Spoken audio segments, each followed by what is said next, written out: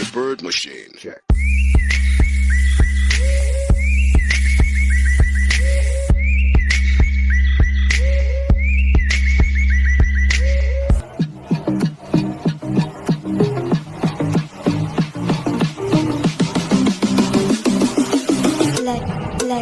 Let go.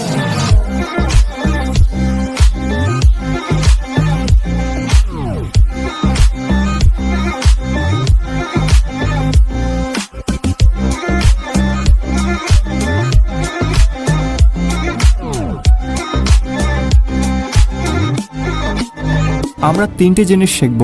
প্রথমে জানবো পরিশ্রমের আসল নেশা আসলে কি, এরপর জানবো পরিশ্রম কত ধরনের হয়, আর তুমি কি ভুল জায়গায় পরিশ্রম করছো নাকি সঠিক জায়গায় করছো।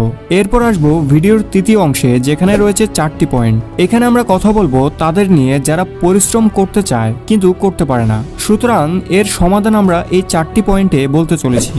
আর সবশেষে আমি তোমাদের বলবো আমি কিভাবে আমার টাইমকে ম্যানেজ করে পরিশ্রম করি। প্রথমে আসো পরিশ্রমের নেশা আসলে কি। এটাকে আমি যদি সহজ কথায় তোমাদের বুঝিয়ে বলি, তাহলে পরিশ্রমের নেশা মানে সীমা ছাড়িয়ে পরিশ্রম করা, অর্থাৎ পাগলের মতো নিজের স্বপ্ন নিয়ে কাজ করা। একেই বলে পরিশ্রমের নেশা।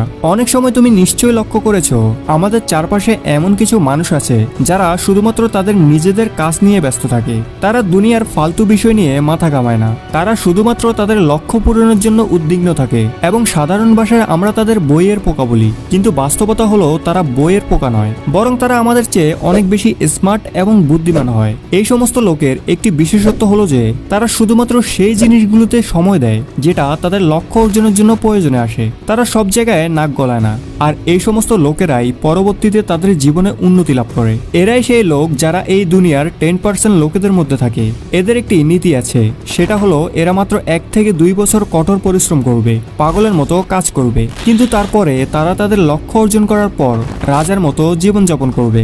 এবং এই পৃথিবীতে এমন লোকের সংখ্যা মাত্র 10%।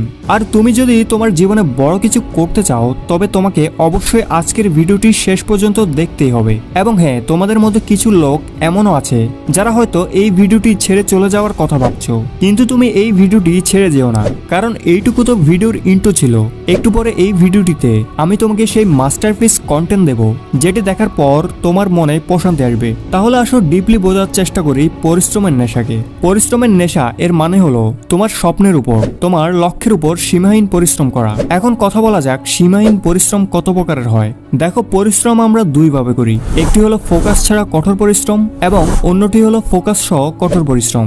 যেটা ফোকাস ছাড়া কঠোর পরিশ্রম সেটাকে সীমাহীন পরিশ্রম অর্থাৎ পাগলের মতো পরিশ্রম বলা যাবে না। সেটাতে পরিশ্রম তো হয়, কিন্তু সেটা হয় গাধার মতো কঠোর পরিশ্রম, যেটার কোনো রেজাল্ট পাওয়া যায় না। আর আজকাল মানুষ এরকম গাধার মতো কঠোর পরিশ্রম করে যাচ্ছে, আর এরপর বলে ভাই আমরা তো কোনো রেজাল্ট পাচ্ছি না। তুমি এজন্যই রেজাল্ট পাচ্ছ না কারণ তুমি সঠিক রাস্তায় পরিশ্রম করছো না। আর চলো এটাকে একটি এক্সাম্পলের মাধ্যমে বোঝার চেষ্টা করি। ইমাজিন করো তোমাকে ঢাকা যেতে হবে, সেটাও আবার পায়ে হেঁটে। তোমার হাতে আর কোনো অপশন নেই পায়ে হেঁটে যাওয়া ছাড়া। আর ঢাকা হলো তোমার বাম সাইডে, কিন্তু তুমি কঠোর পরিশ্রম করে যাচ্ছ